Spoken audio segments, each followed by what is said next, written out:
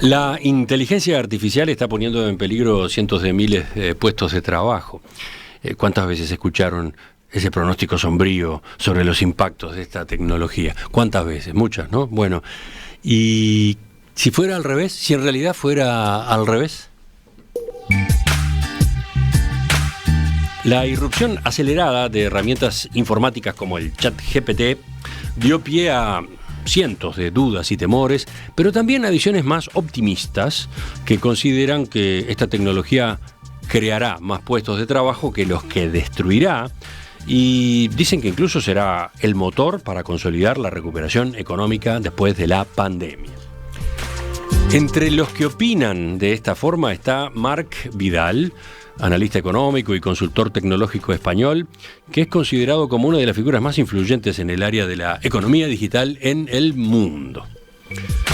Vidal ha publicado varios libros, ha impartido más de 1.500 conferencias en 50 países, a las que han concurrido, dicen los cómputos, 1 millón de personas. Además, a través de sus canales en redes sociales, alcanza a más de 2 millones de seguidores. En paralelo, lidera su propia consultora, All Rework, desde la cual asesora a empresas en temas de transformación digital. Vidal se encuentra acá en Uruguay para dar una conferencia en el evento We Franchise, que se realiza hoy, una instancia en la que se discutirá la forma en la que la tecnología está cambiando los modelos de negocio de las empresas, entre otros temas. Aprovechando entonces su presencia en Montevideo, vamos a conversar con él en los próximos minutos. Marc, buen día, gracias por acompañarnos. Buenos días, un placer. Un par de apuntes al principio sobre tu carrera. Buena parte de tu vida la has dedicado a recorrer el mundo como conferencista. De hecho, es lo que te trae acá a Montevideo. Sí, bueno, yo creo que eso es una consecuencia. Hay gente que en su vida como objetivo es ser conferencista y otros que hacemos cosas y al final las acabamos explicando en un escenario.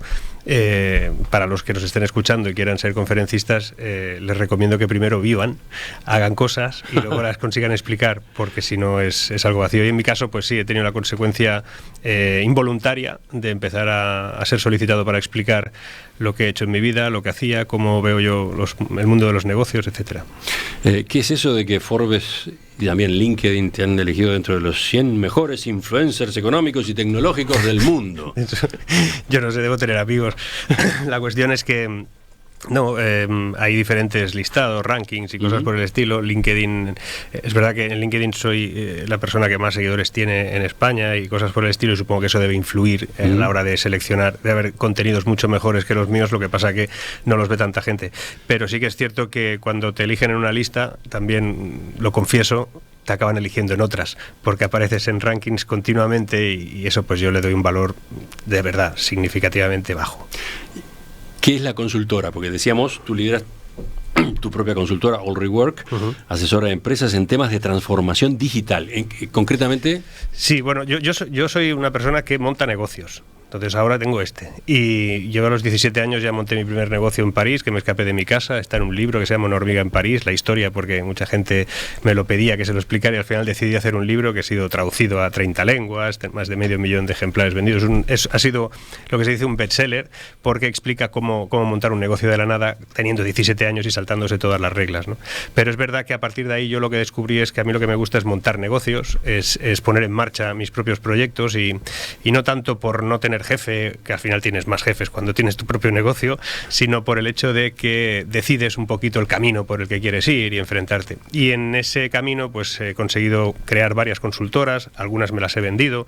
Me vendí una en España a la empresa Llorente y Cuenca, que se la quedó. También vendí otra empresa en Estados Unidos que se dedicaba pues a temas tecnológicos, y con todo ello pues al final dije, ya está, o sea, no vamos a vender más, no vamos a hacer una gran empresa, sino que vamos a crear una boutique, en este caso con unas decenas de personas trabajando conmigo, y lo que hacemos es asesorar a las empresas, asesorar cómo pueden iniciar ese paso de tránsito, que cada vez es más complejo y que además yo ya no le digo transformación digital, hoy lo explicaré. Yo a esto ya le llamo transformación extendida. En Estados Unidos se le empieza a denominar E-Extended Economy, que es esa economía extendida, porque ya trata mundos, escenarios que son difíciles de delimitar, ¿no? Ahora mismo lo digital delimitaba bien en la web, pero hoy en día ya no está todo en la web, está en otros espacios. Lo llamativo es que algunas de esas empresas son digitales también, ¿no? También. ¿Cómo es eso? ¿Asesorar a empresas digitales Sí, para su transformación digital? Te llevarías una sorpresa. Las empresas más digitales a veces son las menos digitales, o por lo menos las que tienen más disfunciones. No, digo, porque en la lista figuran, por ejemplo, yo que sé, Amazon, Microsoft, ¿no? Sí, empresas muy grandes. Oracle, ¿no? Exacto, sí, empresas muy grandes que normalmente provienen de una era en la que no eran tan digitales, y a medida que van creciendo o que tienen pues un cambio notable en alguna estructura, cuenta que cuando trabajas, por ejemplo, pues para Microsoft, estás trabajando para una delegación de Microsoft. En este caso yo fui a Fort Lauderdale para trabajar en temas que tenían que ver con Latinoamérica. Ellos tienen todo el tema de marketing centralizado allí. Pero sin embargo sus procesos, sus fórmulas de trabajo a veces adolecen de aquello que ellos venden muy bien a sus clientes, pero internamente precisan de un cierto orden. En el canal de YouTube te centras en el impacto económico que están teniendo las innovaciones tecnológicas. Y una parte del contenido está centrado en análisis económico. Últimamente te has enfocado en cómo las economías están saliendo de la crisis post-pandemia. A ver, en un par de pinceladas, ¿cómo estás viendo ese proceso en particular? Mal. Están saliendo mal. Básicamente se está hablando de salir de algo de lo que seguramente no estamos saliendo. Es decir, darle el término de salida a algo que todavía permanece es un mal asunto. Creo que el diagnóstico se está haciendo muy mal. ¿Por qué?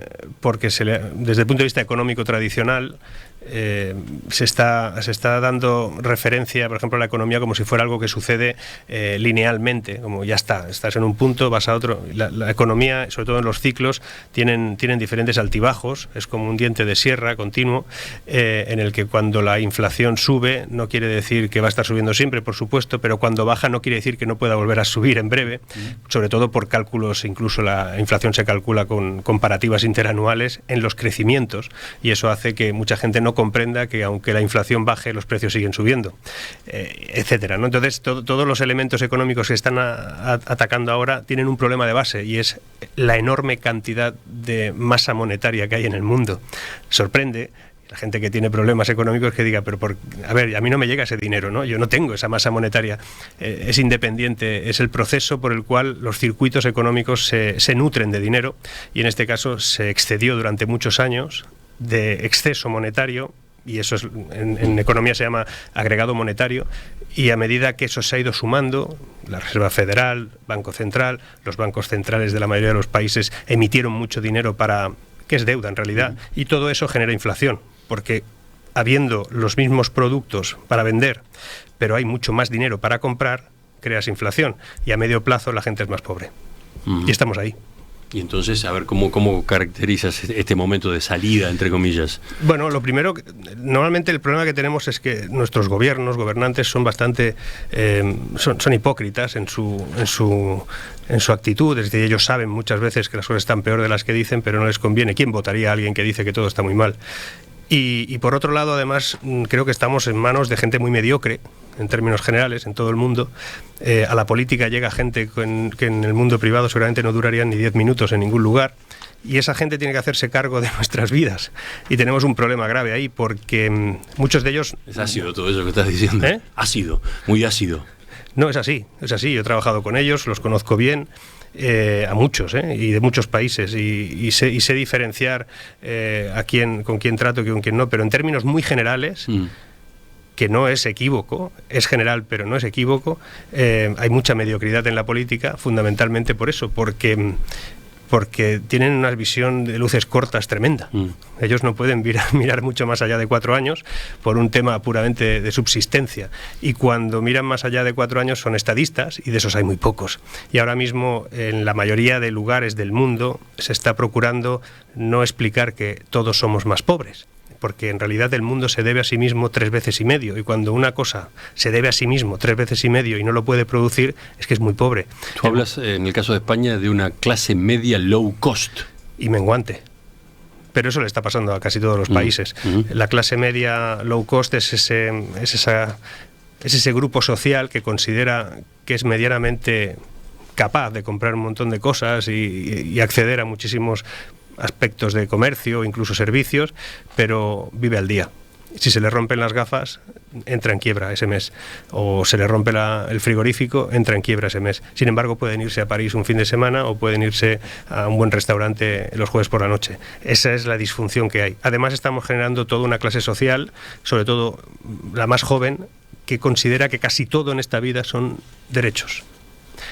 Y eso es un drama al que nos vamos a tener que enfrentar. Hemos creado todo, desde las instituciones fundamentalmente, diciendo que tenemos derecho a 1000 cosas, generando una dependencia social tremenda. Es decir, las generaciones más jóvenes, también estoy generalizando, pero evidentemente hay de todo, pero lo observas en muchos movimientos que hay hoy en día que explican que tienen derecho a... Eso ya no es economía. Eso es sociología, pero tiene una dependencia económica, porque esa gente que dice tener derecho a 1000 cosas lo considera desde el punto de vista de que el Estado se lo tiene que proporcionar, olvidándose que el Estado proporciona aquello que es posible que pueda. Es decir, al final no son derechos, son servicios. Derechos fundamentales realmente hay pocos, y todo lo demás son servicios públicos que se pueden otorgar o no dependiendo de la capacidad del Estado.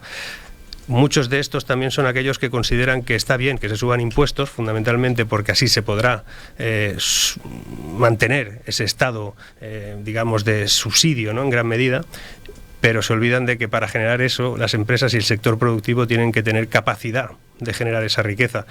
Y manteniendo tanto corsé, es muy difícil de que se produzca. ¿Y qué rol, qué papel juega la tecnología en este proceso de recuperación, este proceso que viene accidentado, que viene con problemas? El ser humano ha sido capaz siempre de sobreponerse. También yo soy un humanista, o sea, yo considero que eso es así. Creo que la tecnología empodera a las personas, al contrario de lo que se nos va a decir con ese mainstream que hay oficial ahora mismo. De hecho, sospechen siempre que los grandes expertos o incluso las administraciones supranacionales, ¿no?, puede ser la Comisión Europea, como pueda ser cualquier administración global, nos diga que hay que ir con mucho cuidado con algo, porque probablemente es que son ellos los que han perdido el control. Es decir, que hayan perdido ellos el control sobre la inteligencia artificial no quiere decir que la inteligencia artificial esté fuera de control, está fuera de su control. La inteligencia artificial es una de esas tecnologías que nos puede empoderar porque nos permite hacer cosas mucho más rápido, mucho mejor que si las hiciéramos nosotros mismos. Y eso es muy equivalente a que te llamen que tienes que ir a la otra parte de esa plaza andando o en bicicleta. La bicicleta te empodera. O que te digan que tienes que levantar 20.000 kilogramos de algo, si lo haces a mano vas a tardar 2 semanas, pero tienes unas máquinas que te lo levantan muy rápido. Eso te empodera. La tecnología siempre empodera al ser humano. El problema está en que hay una gente, hay un establishment, sobre todo los que han pagado esto, que lo que quieren es controlar el uso. Recordemos que Internet, cuando nació, era descentralizado. Web 1 era descentralizada. No había poderes alrededor o sea, fueron creándose empresas, pero no había ningún poder, el único era el que otorgaba el dominio. Pero a partir de ahí nació la Web 2, ¿no? Esa Web 2 en la que prácticamente es la que estamos ahora y en la que solo hay propietarios, ¿no? Hay grandes propietarios de la red y nosotros nos adscribimos a sus servicios. Y viene la Web 3. La Web 3 es esta, precisamente, en la que cada vez necesitas menos propietarios, entra en juego la descentralización, lo que tiene que ver con el uso de Internet sin que ninguna empresa te dé paso o no en ese ámbito. Por eso hay tantas redes descentralizadas ahora mismo creciendo en el mundo, y eso les preocupa. Y parte de todo ello es la inteligencia artificial. Que tú tengas en tu computadora la capacidad de hacer cosas que antes tardabas 2 semanas en apenas 20 segundos, con una calidad ciertamente interesante, y que tú puedas arreglarlo un poquito, pues eso preocupa a gente. Justamente, vayamos aterrizando en la inteligencia artificial. Hay un temor muy extendido, y es que esta tecnología elimine cientos de miles de puestos de trabajo. ¿Cuál es tu visión en torno a esa posibilidad? Va a eliminar millones de puestos de trabajo, sí. ¿Y qué? ¿Y qué? No, básicamente es que ha sucedido siempre. Vamos a ver, el problema no está en que elimine puestos de trabajo, el problema está en quién está trabajando para que cuando eso suceda tú hayas generado la cimentación necesaria para que se generen otros. Por ejemplo, el país con más robots per cápita del mundo es Corea del Sur y allí no hay desempleo. El país con más robots per cápita en Europa es Alemania y están en pleno empleo. El país con menos robots per cápita de Europa es Grecia y tiene la mayor tasa de desempleo en estos momentos en Europa. Es decir, no coincide la automatización, la inteligencia artificial, no coincide con con el desempleo que genera.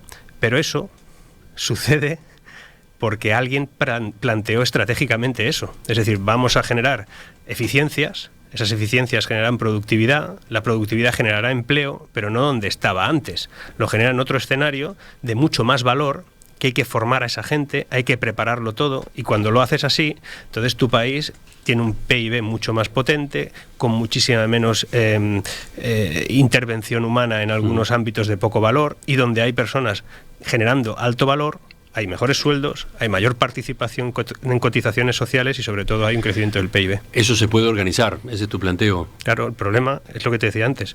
¿Quién está al mando? Gente que cuando les hablas de inteligencia artificial lo primero que se les ocurre es cómo la controlamos. No, cómo hacemos algo con ella para cambiar el modelo productivo de este país.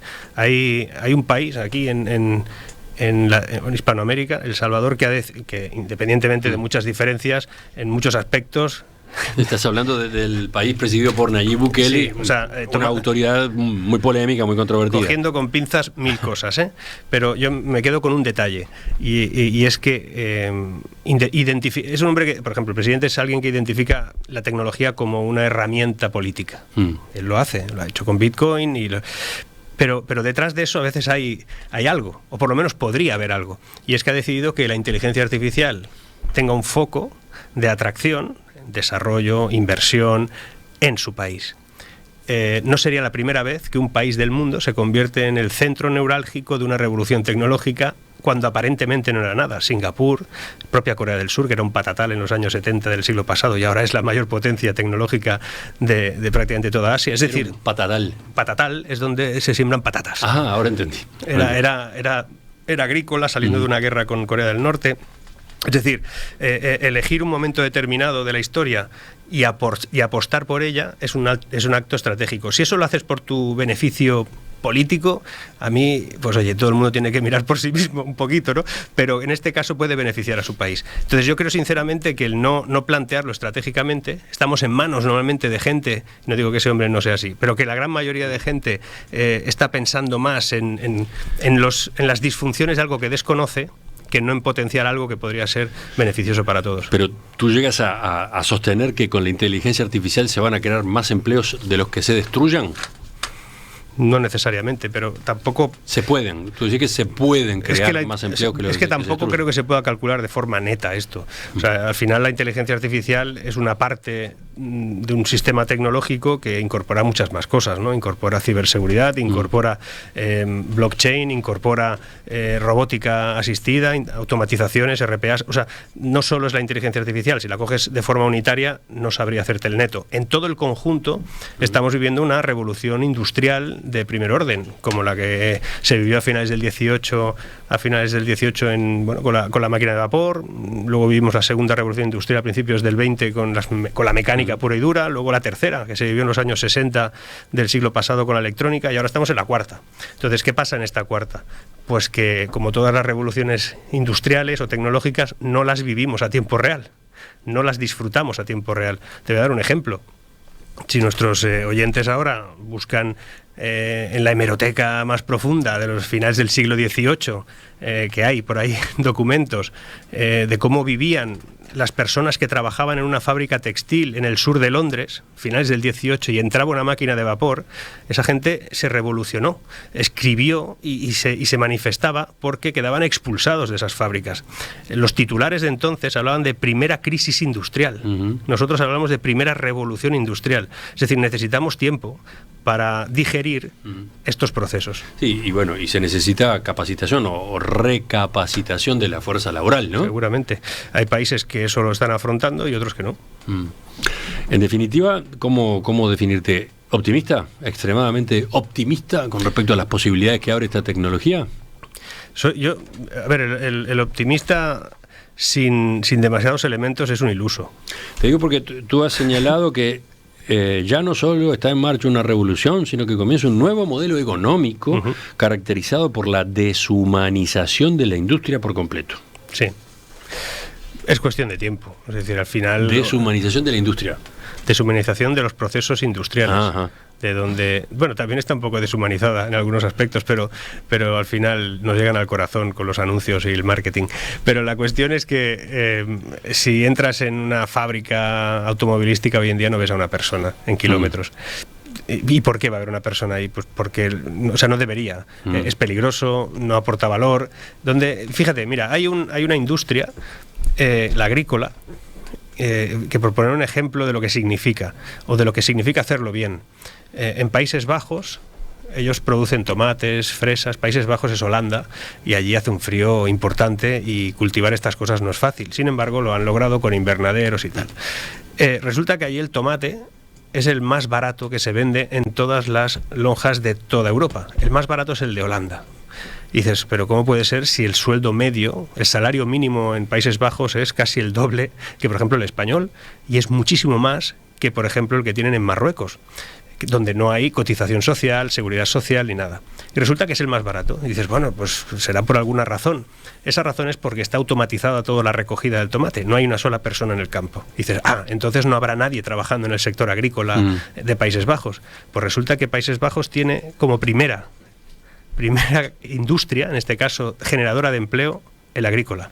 Y dices, ¿pero dónde están entonces trabajando? Pues están trabajando en el valor añadido, en el acceso a la robótica, en el estudio agropecuario, en todo lo que tiene que ver con ingeniería agrónoma. Es decir, son empleos que generan muchísimo valor al Estado, porque cotizan muy alto, porque tienen mejores sueldos, y aún así sale mucho más eficiente producir un tomate con toda esa gente que lo que le supone, por ejemplo, al campo español. En el libro La Era de la Humanidad, que es un libro del año 2019, tú concluyes que el ser humano va a poder aprovechar estas transformaciones para vivir mejor. ¿Qué quiere decir eso? Siempre ha sido así. Cada revolución industrial, tecnológica, ha requerido de un tiempo de adecuación, pero al final hemos vivido mejor. Si hacemos comparativas con cómo era el mundo hace 20 años, veremos que estamos técnicamente mejor en muchos aspectos. Es verdad que hay muchísimos problemas globales, pero hoy en día somos capaces de gestionar una crisis como la que hemos estado viviendo desde una intervención tecnológica importante que nos ha supuesto poder acabar con ella en un tiempo récord, ¿no? Las cosas como son. Luego, además, si comparamos a principios, por ejemplo, del siglo XX, no había gente en la escuela, la gente se moría con una gripe. O sea, es decir, vamos a mirar con perspectiva las cosas, y evidentemente siempre que hay un avance tecnológico, siempre es posible mejorar la vida de los seres humanos. Ten en cuenta, por ejemplo, que la curación del cáncer está más cerca que nunca, y no lo está solo porque unos científicos estén logrando intuitivamente llegar a accesos en los que era impensable hace un tiempo gracias a un microscópico más potente. No, es gracias a la inteligencia artificial, que es capaz de identificar tantísimos datos que en estos momentos un ser humano en ningún momento podría adquirir. Por ejemplo, sabemos que hay tratamientos oncológicos que ha llevado a cabo, por ejemplo, IBM Watson, que es inteligencia cognitiva, que ha sido capaz de identificar qué tipología de tratamiento tenía que llevar a cabo, por ejemplo, una paciente llamada Ayako Yamashita en Japón, y fue curada gracias a este sistema cuando había estado desestimada por los seres humanos, ¿no? Pues eso, sinceramente, es una ventaja. Tú sostienes que la inteligencia artificial va a dar lugar a un nuevo contrato social, donde habrá una nueva relación laboral entre máquinas y humanos. A ver, en pocas palabras, ¿qué es eso del nuevo contrato social? Esa es la clave de esta historia. Todo lo que hemos hablado esta media hora no tendría sentido si no identificáramos realmente qué es lo que está sucediendo ahora y qué es lo que estamos definiendo. Y por eso creo que, sinceramente, en esa apuesta tendríamos que estar todos los que pensamos sobre esto, los que trabajamos en esto, los que tienen que legislar sobre esto. Ese nuevo contrato social que ahora llamamos empleo y que va a ser distinto, tiene que ver con ir a nuestro trabajo a aprender. Ir a nuestro trabajo a aprender. ¿Todos los días? Todos los días. Básicamente porque, y es un poquito el regreso al origen del ser humano, ¿eh? Todos los días aprender y a experimentar, porque va a haber una tecnología disponible para ejecutar. No creo que suceda, pero pone en el caso de que tu voz fuese sustituida por una máquina y los guiones los acabase de ajustar también una máquina. ¿Cuál sería tu trabajo? Podrías decir, me han sustituido para siempre, o mi trabajo es saber qué puede hacer esa máquina mejor, gracias a lo que yo sé, lo que yo soy, y pongamos que se acepta que se haga así. Ahora mismo aceptamos hacer videoconferencias cuando hace tan solo 3 años nadie quería hacer videoconferencias porque eso no era natural ni humano. Ahora estamos incluso dispuestos a hacer cosas que eran impensables hace apenas 2-3 años. ¿Quién sabe si algo que nos parece ahora impensable pudiese ser aceptado, ¿no? Cuando eso sea aceptado, nuestro trabajo será ir a complicar la vida a esa tecnología, es decir, a preguntarle cosas, a saber cuánto mejor puede trabajar, cuánto mejor puede resolver algo y a ejecutar a ella. Y nosotros seremos los aprendices constantes de la vida preguntándole cosas a esa máquina. Quien mejor pregunte, mejores respuestas tendrá. Y a lo mejor hay 2 emisoras de radio en las que habrá 2 locutores magníficos, en los que los 2 tendrán voces alternativas. Voces alternativas, voces sintéticas, pero indescifrables. O sea, dentro de 10 años, tu voz, la mía, la de cualquiera, será absolutamente imposible de diferenciar con la suya sintética. En lo que escribas, lo que le digas, lo que se acabe componiendo, seguramente tampoco se podrá identificar. Pero lo interesante es que la otra emisora tendrá lo mismo que tú. Pero la diferencia no estará en la tecnología de la otra emisora y tú. La diferencia estará entre tú y la persona que lleve aquello. Es decir, cuanto mejor seas tú, cuanto más sepas sobre esa tecnología y cuantas más cosas le puedes pedir, será mejor tu trabajo.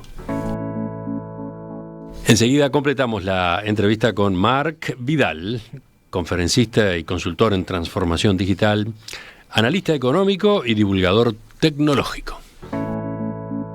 ¿Cuántas veces escucharon ya que el avance de la inteligencia artificial va a dejar un tendal de desempleados en el mundo? Bueno, y si fuera al revés, si esta tecnología en realidad fuera una oportunidad para vivir mejor, entre los que opinan de esa manera está Marc Vidal, el analista económico y consultor tecnológico español, que se encuentra por estas horas acá en Montevideo y con quien estamos en la entrevista central.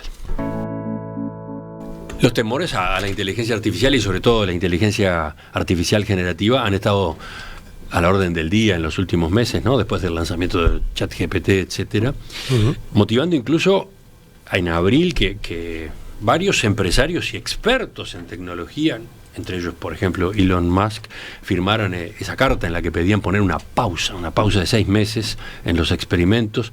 Según sostienen ahí en el texto, estas tecnologías pueden plantear profundos riesgos para la sociedad y la humanidad.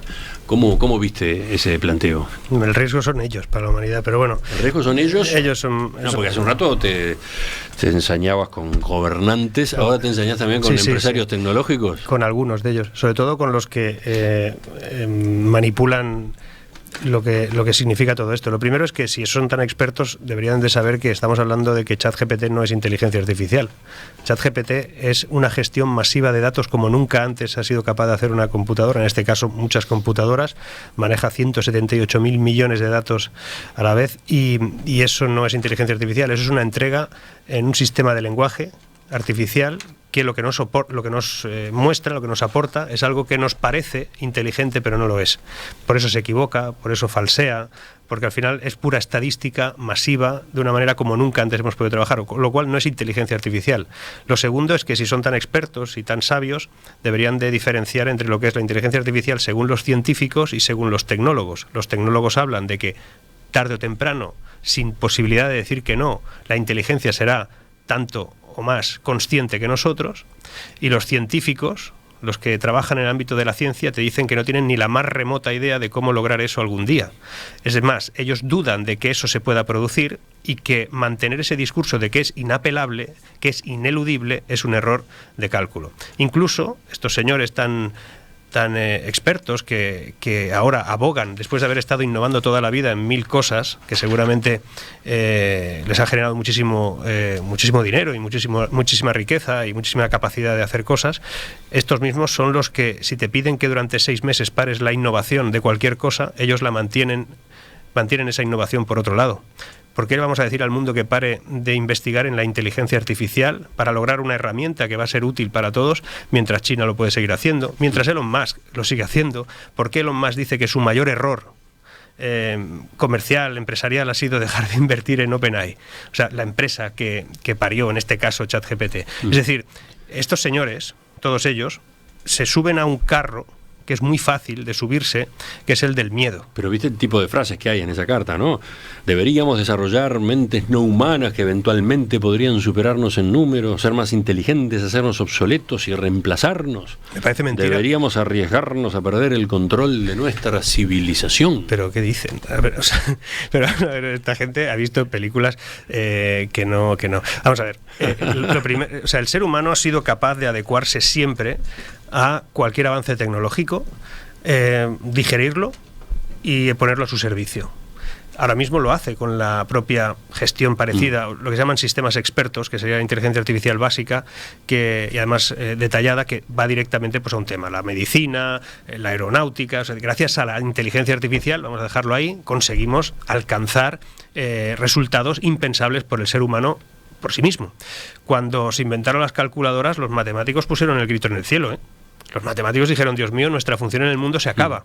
Con el tiempo descubrieron que la calculadora era una herramienta muy buena, que lo único que requería es que tú le hicieras buenas preguntas, porque si tú hacías malas preguntas te daba malas respuestas, y si le hacías ecuaciones complejas, la calculadora te daba resultados muy complejos. Cuando se inventaron las máquinas más fuertes que nosotros, nos pareció genial. Cuando se inventaron las máquinas más rápidas que nosotros, nos pareció genial. Y ahora inventamos máquinas que serán más inteligentes que nosotros, y eso ya no nos parece bien, porque se considera que va a ir contra nosotros, porque va a buscar la manera de destruir el mundo. Pero, de verdad, es tan pueril, o sea, es tan pueril este discurso. Es más, es tan claro que lo que buscan es cómo recuperar el control sobre herramientas de las que han perdido el control, que me preocupa muchísimo. Cuando veas gobernantes del mundo dándole la mano a empresarios que controlan hasta ahora lo que era el ámbito tecnológico digital, cuando se dan la mano y ellos ambos deciden que hay que parar una tecnología o un avance tecnológico, estás hablando sospecha. de Estados Unidos. Estados Unidos, Europa y la madre que los parió a todos. Cuando pasa eso, ¿qué hay que hacer? ¿Cuál debe ser la reacción, decías? Pues aprender más, investigar más, innovar más y apoyar al sector productivo de las pequeñas y medianas empresas, porque serán las que pueden utilizar esa tecnología para crecer. Hay riesgos, ¿no? Riesgos hay. Pienso, por ejemplo, fake news. Deep fake incluso, ¿no? La posibilidad de que no se sepa en definitiva si hay o no realidad en un video, y hasta, bueno, un video incómodo, muy incómodo para una persona, manipulación de la opinión pública, violación de derechos de autor. Está de por medio todo eso. Sí, también aprenderemos a gestionar todo eso. Lo supimos hacer con Photoshop. Supimos descubrir que una imagen está retocada por Photoshop, es tecnológicamente factible.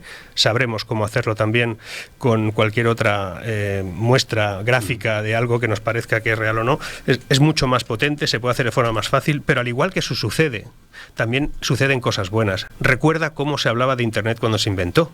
De Internet solo se hablaba de que era para el porno o que te robaban los datos de las tarjetas de crédito si pagabas por Internet. Acuérdate, ese era así Internet. En televisión solo salían noticias de este tipo. Ahora toca que solo salgan noticias negativas sobre esta tecnología. ¿Por qué? Porque no la conoces. Es que yo a esto le llamo xenofobia tecnológica. Es decir, tienen la sensación de que todo lo desconocido es malo y hay que apartarlo. O por lo menos controlarlo o meterlos en un gueto. La tecnología tiene que ser libre, porque cuando es libre, cuando está en código abierto, nos ha beneficiado a todos los seres humanos. El hecho de que una tecnología hoy en día sea capaz de identificarse o no en base a algo, es factible. Es decir, podemos descubrir si está hecho o no de una manera determinada. Y no pasa nada. Ahora solo se habla de eso. Como se hablaba de Internet mal hace tiempo, ahora solo se hablará de que puede acabar con nosotros, de que hay fake news, de que... pero nadie habla de que un fotógrafo, fíjate lo que te voy a decir ahora, un fotógrafo puede hacer fotografías virtuales. Y dices, bueno, el fotógrafo va a acabar, su trabajo no tiene sentido. Yo tengo un fotógrafo en mi empresa. Una persona que al principio, cuando pusimos una tecnología llamada Midjourney, es decir, el chat GPT de las imágenes, dijo, estoy acabado. Eso es lo primero que pensó. Habría que parar esto, me dijo. Habría que buscar la manera de que nadie pueda hacer fotografías sin ser fotógrafo. Y le comenté, pero tú eres alguien que sabe componer fotografías, ¿no? Dice, sí. ¿Tú eres alguien que tiene una visión fotográfica del entorno? Sí. ¿Por qué no utilizas eso para crear fotografías con tu capacidad creativa? Y ahora, él hace fotografías, pero también hace fotografías virtuales, y es quien mejor las hace. Ha aprendido, de hecho solo es la única persona en toda la oficina capaz de hacerle un prompt, es decir, una pregunta adecuada a ese sistema para que la fotografía que salga sea la que él buscaba. Yo no lo logro. Está el cambio ahí. Pararlo es de cobardes. Lo último, en el blog de YouTube también has analizado ahora hace poco qué países están más adelantados en cuanto al desarrollo de la inteligencia artificial. Y me llamó la atención el papel que le asignas a China. China en particular. China nos está superando a todos en silencio. A todos, por lo menos, en todo. Bueno, en todo, pero en particular en esto de la inteligencia artificial. 2 o 3 líneas simplemente en el final. Sí, si no está adelantándonos más, es por 2 razones. Una, porque no lo sabemos todo, y 2, porque se ha utilizado una decisión de política económica en el mundo, que se decía que eso iba en contra de los intereses de la economía global, que es el proteccionismo. Es decir, se le ha aplicado un proteccionismo a China, precisamente, que era el país al que se le catalogaba de ese sentido. Yo no soy pro China en este sentido, pero creo que lo estamos haciendo muy mal todos los demás. Estamos diciéndole, ustedes no pueden utilizar microchips, o en este caso semiconductores de alta definición, o los más sofisticados, no los van a poder hacer, no los pueden importar, hagan los que pues han puesto a hacerlo ellos y ahora tienen unos mejores. Ustedes no podrán importar algo que nosotros hacemos, pues ahora no se preocupen que ya lo hacemos. Huawei se acabó, pues ahora han creado un sistema operativo para Huawei mucho mejor que es decir, ojo con los chinos, porque ellos están invirtiendo muchísimo dinero en todo esto y además ya no es una fábrica de juguetes, ya no es una fábrica de muñequitos de papel, ahora es la fábrica del mundo de cosas tecnológicas muchísimo más avanzadas que en algunas de las que estamos haciendo, por ejemplo, en Europa, que nos hemos quedado tremendamente atrás. ¿Y entonces ¿qué puede o debe hacer Occidente? Invertir y aplicar reglas de libertad en el ámbito de la tecnología. No se puede estar todo el día poniéndole muros, barreras a un ámbito en el que es puramente desarrollo inesperado y que además en lo inesperado suele haber una conquista. Mira, el futuro no se espera. El que espera el futuro lo pierde. El futuro se va. Al futuro se va a conquistarlo. En nuestros antepasados, en la historia de nuestros países, hay gente que unos decidimos venir aquí, otros decidieron defenderse aquí, unos decidieron coger su propia línea de vida. Yo veo desde aquí la estatua de alguien que lo determinó en un momento determinado, ¿no? Es decir, el futuro no se va creando sentado en el sofá. El futuro se va creando yendo a buscarlo. Y a veces nos conviene, y a veces no. A veces es contra nosotros, o a veces es contra alguien, pero no pasa nada. ¿Hablarás de estos temas en tu conferencia de hoy en WeFranchise? Una parte sí, de hecho la conferencia tiene como 3 fragmentos. Uno es ubicar la situación en la que estamos, parte de lo que hemos comentado hoy, la revolución tecnológica que vivimos, lo que tiene de bueno. A mí me gusta hablar siempre de las cosas buenas. La segunda parte es qué es eso de la transformación extendida, porque para mí es el elemento fundamental para gestionar la incertidumbre que vivimos hoy en día. Y la tercera es qué hacemos los seres humanos para enfrentarnos a todo esto. Es decir, qué habilidades tenemos que desarrollar. Es una conferencia en positivo, con algunos elementos críticos para que la gente despierte. Para que despierte. Marc Vidal, gracias por visitarnos esta mañana. Suerte entonces hoy y nos reencontramos en cualquier momento. Venga, un placer.